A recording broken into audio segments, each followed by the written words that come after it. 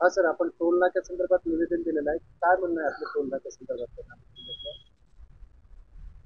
मी सार्वजनिक बांधकाम मंत्री यांना एक निवेदन दिलेलं आहे की 60 किलोमीटरच्या अंतरावर असलेले टोल नाके बंद करण्यात यावेत.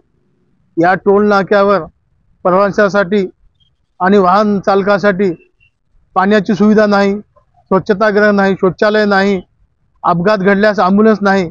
गेल्या 20 वर्षापासून टोल नाक्याच्या माध्यमातून वाहन चालकांची आर्थिक लूट चालवलेली आहे. या संदर्भात मी महाराष्ट्र राज्य रस्ते विकास महामंडळ यांच्याकडे सुद्धा पत्रव्यवहार केलेला आहे. गेल्या 1 वर्षापासून विविध निवेदनाद्वारे यांच्याकडे तक्रार निवेदन केलेले आहे, तरी सुद्धा अद्याप कसलीही कारवाई या टोल नाक्यावर होत नाही. कहाळा, बिलोली येथील दगडापूर, मुखेडकडे जाताना एक टोल नाका आहे, देगलूरकडे जाताना एक टोल नाका आहे. असे 4 टोल नाके 60 किलोमीटरच्या अंतरावर कशासाठी?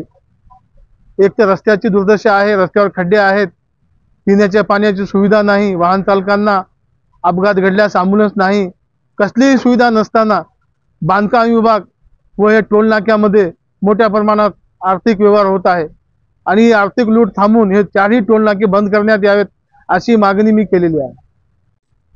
सर, आपलं नाव काय व आपलं पद काय? नमस्कार, मी महेंद्र गायकवाड, जिल्हा अध्यक्ष पत्रकार संरक्षण समिती नांदेड.